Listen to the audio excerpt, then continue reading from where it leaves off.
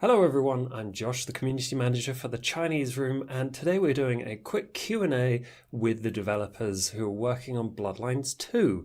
They're hard at work, but I've grabbed some of their precious time to answer your questions and to go into depth on some of the details of the things that they've written in their developer diaries. Let's start with you, Alex. You did the first dev diary. Do you want to kind of sum up what your thoughts were? And I guess on the pillars of the game was quite an important part of yours. Yes, well, and also because it was the first, it was announcing that the Chinese room were the developers behind the game. So the Chinese room were bringing their already strong expertise in storytelling, but also, we're making an action RPG, which got a lot of people's attention. That's something we've done That's a lot of before. my background is working on action RPGs, and then in the post, I then talk about the game pillars, and the main one I talk about in the post is feel like a vampire. So that's our first pillar. That's our primary pillar.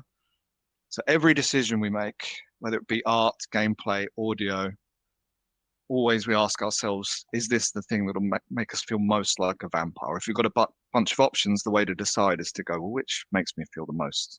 So the second pillar is visceral immersive combat, which if you've watched the Bloodlines 2 trailer, you'll see it's quite visceral. There is at one point a man gets his head squished all the way through. And then the third is exploring the world of darkness. So talking about this setting and world. So that's where we wanted to plant our flag. That's pretty much part of our USP for the gameplay world story experience is seeing the world of Vampire the Masquerade through the eyes of an elder. And that elder is called Fire. And they are over 400 years old. We've also got the person who's making fire and the world look really cool. Ben, hi. Yeah, I mean, a lot of my diary is more about course the art style, but one of the big key pillars of our art style is the neo noir, which I'm sure lots of people are familiar with. But ultimately, it was about how we're taking neo noir, making it our own, making it fit in with the VTM world and the world of darkness. And so one of those big things was seeing the world through, and now that we've announced Fire and the fact that they're an elder, is seeing the world through the lens of someone, well, the lens of a vampire being an elder. How does a vampire see the world? And I talk a lot about hot hot and dangerous, the human world, and the dark and cold safe vampire world, and that ultimately is how the neo-noir tropes and the cinematography all fits in perfectly with what we're trying to do. It's bigger. It's Yeah, I mean, it's heightened senses. Like a vampire is a predator. Of course, they have a human body, they have a human eyes, everything else. But of course, like a real to a vampire is I can sense everything. I'm a hunter. I'm a predator. I can smell things that humans can't see. Like I said, I'm seeing things through the lens of a vampire. And so, cinema and neo noir is one of those perfect things that it dials everything up to 11. And that for us, that's something that we're constantly reminding ourselves. Is, well, what would it be to see for a vampire? Like, how does it reinforce the vampire experience and the vampire fantasy? one of the people making that vampire fantasy work. Michele. So in my diary, I try to explain how the concept team is bringing the Ben's and Alex ideas to life. So we have used a lot Unreal in our process, and we got lucky that we had a lot of assets from the 3D art team, and we played with their assets in order to create our scenes.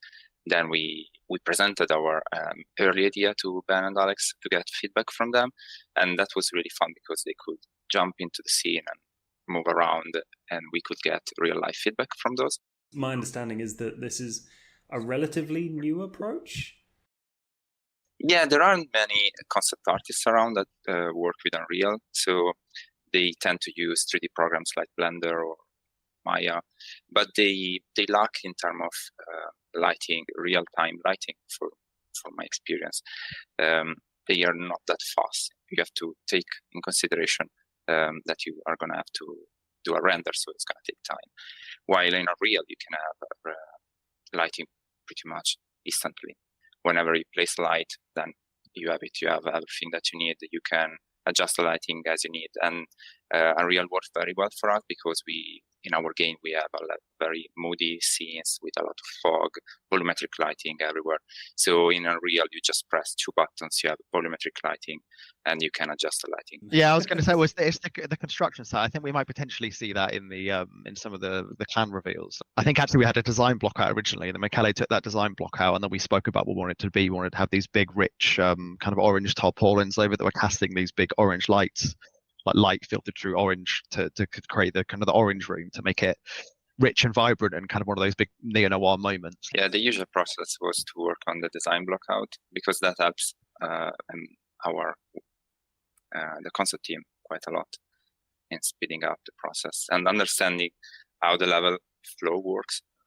Because sometimes you do a concept and the concept is just a static image. But with the level design block out, we had a 360 image. So we had to think the concept in 360, and we had to think and solve all the problems that you have when you move into a space. So not just a static image, but the whole space. And as Michele says, it's him and several other talented concept artists. Me and Ben will come in and go, right. And it's often that. It's going in with a problem, and they create these visual solutions. It's like, how can we have our cake and eat it? So it's super fun part of the process. And I'll have Victor from Paradox on Slack, and I'll be him on the side. We're thinking of doing this. Is this crazy? Will this work? And often the answer is, yeah, go for it. So yeah, it is really fun sort of working within those rules, but also adding to it. Right, there's lots of things we're answering that no one else has answered before. So we're getting to create the visual archetypes for them. Especially with our characters and symbols, we had a lot of iterations. The symbol is one thing that has also had a little more information added to it. Well, for the symbol, I think it took quite a lot of iterations in order to find the right shapes and what we wanted for that.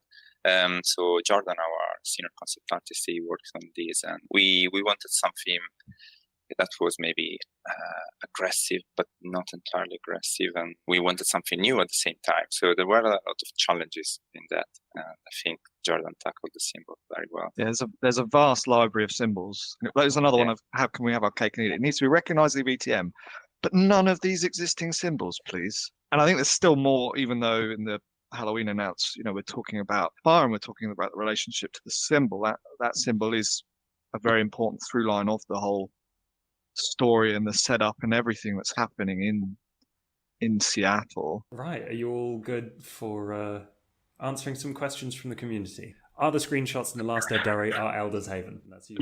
Shall I answer that? Yeah, I mean, yeah. I mean, so the short answer is yes. It is. As it's not theirs as such. It kind of paints their history. Well, there's a lot of narrative storytelling in that haven, which is what we really want the player to go and look around and explore. And there's little areas of interest that when you're looking at the DPC, the DP can read into what is actually going on in the narrative of the game. So it very much is, our elders. Nicholas Winding Refn and Nick Miller was listed as influences. This is very poetic. Can we expect a lot of dark, foreboding environments with trashy candy glazed lights permeating our adventure in snowy Seattle?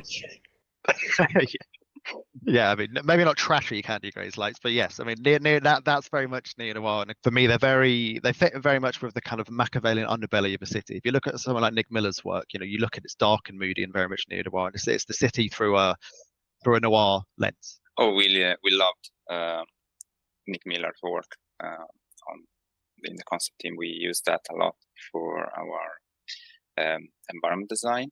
So the way he designed the shapes of the buildings, whenever he shot a photo in the street, that's what we have used as a reference for our exterior environments. I think Nick Miller stuff's really interesting because it's like he tells a story. The environment becomes a character in itself, and I know that's a bit of trope in terms of kind of narrative storytelling, but it really is. Like our Seattle, is a character in itself. We want the player to feel like they've woken up 400 years going, where am I? What is this? And what's this dark, foreboding place I need to play this game in? So, like I said, he's a great reference. Can someone elaborate more on the intentions of using snow to set a noir mode? It grounds everything. You can build a place, but ultimately, it might lack character if it hasn't got something that beds it all together. And snow is one of those perfect things.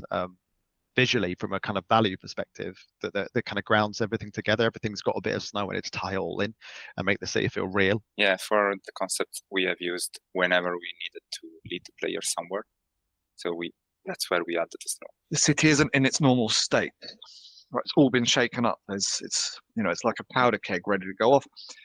And we wanted also the world to not be in a normal state. So Seattle typically doesn't get a lot of snow. So the snow that it's having is like the worst snowstorm in 100 years, like a freak snowstorm, like New York has had over the last couple of decades. It's had some freak snowstorm. So fire is arriving. So it's almost potentially like a portent or an omen that things are going to change in Seattle. Things aren't right in Seattle. You were talking about visually splitting the dead cold vampire world from the dangerous alive human world. What were some of the challenges you encountered here on the technical and art side? It's always a fine line between too dark and too bright, and of course, as a video game set at night, one of the things we really need to pay careful attention with is making sure the world was visible. I think it's really easy to, you see nighttime is lack of light. So great, we'll just turn all the lights off. And of course, from a video game perspective, that doesn't work. Technically, and I think I spoke about this in Dev Diary too, we're using a lot of Unreal's volumetrics, which are really, really cool. There's some amazing things you can do with it. But of course, what we're trying to do is very, very specific. A lot of Unreal stuff is mostly about kind of big environmental atmosphere stuff. So kind of Rayleigh scattering and the sunlight scattering, because we don't have a sun. A bunch of humans around an entrance to a hotel, that we wanted that small area to feel warm and dangerous, but not anything else. Everything else should be dark and cold and safe, and I'll say that over again. Cool. Can't wait for more questions. Cheers. Thank you. Cheers.